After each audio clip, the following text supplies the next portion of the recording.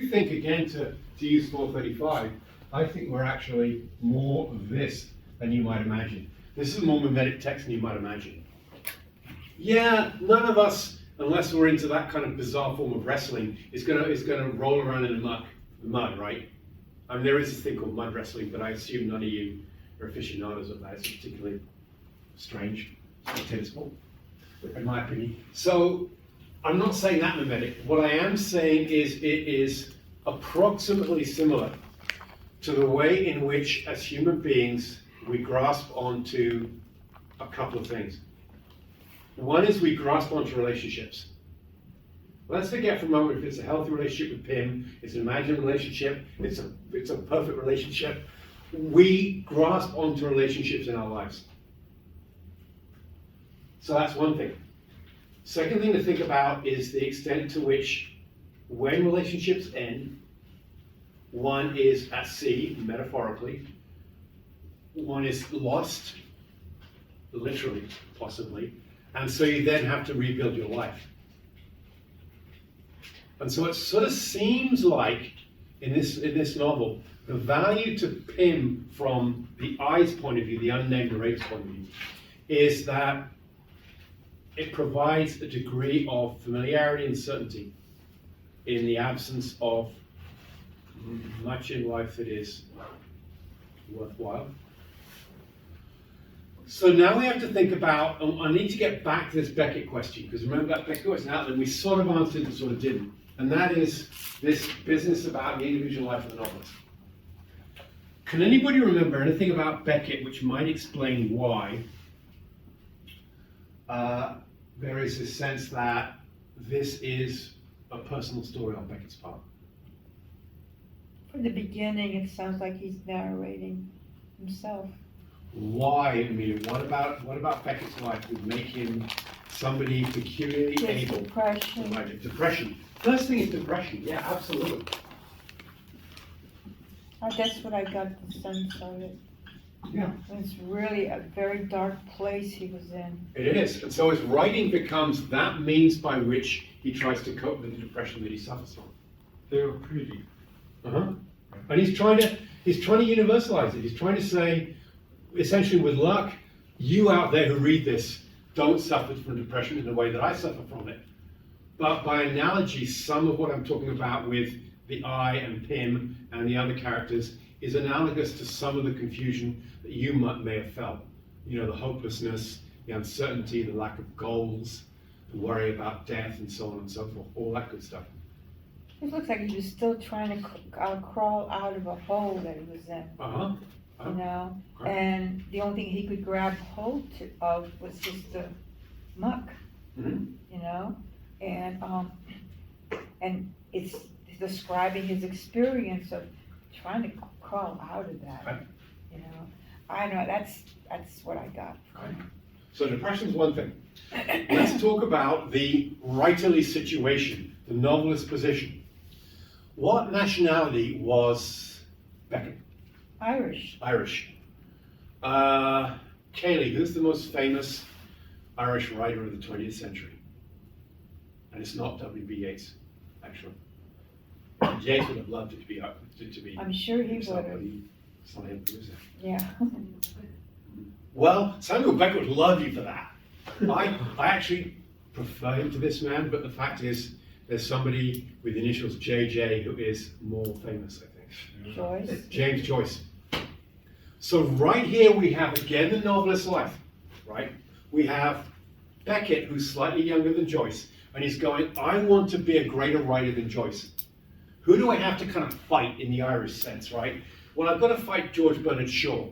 I've got to fight James Joyce. I've got to fight W.B. Yeats. Those are the obvious ones that I can come up with in the late 19th, early 20th centuries. And so he thinks, what can I do? And if you look at how it is a beautiful example of what somebody learns from somebody else. I imagine most of you were more frustrated with Finnegan's Wake than with this book. That's one of the reasons why we didn't dwell much on Finnegan's Wake, because I didn't want to riot on my hands, as in students going, what the frick is going on with this? That's not good, right? Beckett, the difference between Beckett and Joyce is a conscious choice, and it is this. With Joyce, Joyce has a difficult narrative that uses language which in many cases does not exist. You can't look these words up in a dictionary. By contrast, Beckett has a difficult narrative, but the words, very much by and large, are words that you can look up. Most of them are really easy, as in the first sentence that I read out last time. How it was, I quote, before Pym, with Pym, after Pym, how it is three parts, I say it as I hear it. Every single one of those words is a monosyllable, one syllable. Every single one of the words that we use in our own language today. It's not complicated. What then becomes complicated is the narrative. What story is he telling with the words that we all learn? And this is again a conscious choice on his part, to be different from, therefore possibly greater than Joyce. Personally, although Beckett is not as well known as Joyce, I actually prefer Beckett because he did incredible drama as well as some incredible work like this, which may or may not be a novel.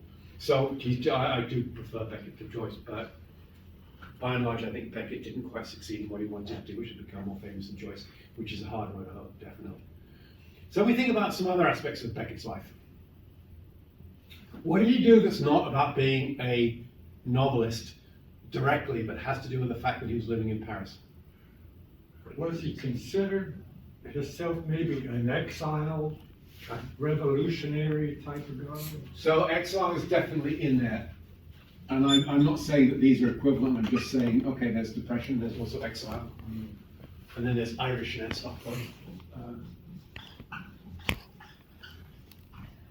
Yeah, I think exile is really important. Because if you think about what happens in this text, how it is, in a sense, the character, the I, is exiled in all kinds of ways from the world that we understand. There's a little bit in here about what looks like a normal life. And then that goes away. And now we're in the mud. And it's before Pym, certainly with Pym and then after Pym. Yes, Amelia. I may be wrong in this, but it's like he's trying to separate himself from his experiences. They were awful experiences.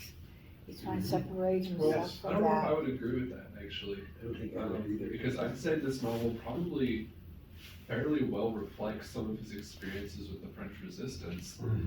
Like war conditions during World War II would have been fairly similar to a discussion of wriggling around in the mud in the dark. In the resistance, he may have been literally doing that. Yes. He could have literally been doing, the French Resistance is, I think, a huge and somewhat forgotten part of Beckett's life. He didn't have to resist, right? That would not have been a requirement. He could spend his life in Vichy, France, which is southern France, which was under the protection, quote unquote, of Germany, but wasn't occupied by the Germans. Or he could have chosen to go to Spain. He could have therefore easily got back to England. Didn't do any of that. He says all accounts. Ireland was a neutral nation. Anyway. Yeah, The Germans exactly. probably wouldn't bother themselves with No, anything. I think that's right. So he chose to resist the Germans, which I think is a fascinating point about his life. It's sort of like he doesn't want to wait. He doesn't want to wait for the end of the Second World War, waiting for Godot, right? He doesn't want to wait for that. He's going to fight, which is a very un-Beckettian kind of choice because it's not about waiting, it's about acting, which I just think is interesting. So yes, the French Resistance literally in the mud, and then you think about what awaits him. If he's caught, he gets tortured. That's mandatory. You know, you can confess to the Germans everything, and they're still going to torture you because they can. And this is kind of tortured in a way, right? And then what is that? The eternal blackness. You're shot. That's it. In many cases, people do not find out what happens to you. You just disappear. Maybe that's the reason why I shied away from it, because the darkness is just so dark. I couldn't find one redeeming quality. So let me tell you how much I understand that. So when I was a kid, as in your kind of an age, a bit younger maybe, I used to love the poems of Sylvia Plath. And any of you know about Sylvia Plath's poems, they're incredibly dark, and her darkest collection is called Ariel. For whatever reason, when I was a kid, I could read Ariel, no effect on me at all. I read it recently for a poetry class, and it's like, wow, that is dark. I'm having trouble finishing this book. Which just is to say, you're always changing and the book is always the same, which is fascinating. So you bring life experiences to it as you get older, and therefore you interpret it differently. And it might be, Amelia, that whatever's happened in your life is triggering stuff, or Beckett's triggering some of that in your life, I don't know. Or maybe you're just a very sensitive person. That's the other way to look at it. Okay, I'm going to briefly move on to the work that you're undertaking, because I want to make sure that everybody is reasonably comfortable with what I'm asking you to do, except that has now crashed on me because I didn't do it quickly enough. So let me go through this again. It's what they call a stale request, which I think is a fascinatingly metaphorical term. Stale is like bread, but how we can apply to computer instructions. Okay, this time it should be all right. Except I've got to prove that I am who I am. Computer can. Which is a very Beckettian That's situation, true. by the way. Multi-factor authentication is very much Beckett. If you forget your password for your phone, you are well and truly metaphorically screwed. Right? Yeah. Fortunately, that's never happened to me. There's always a time for everything. Okay? You can go on Blackboard and they read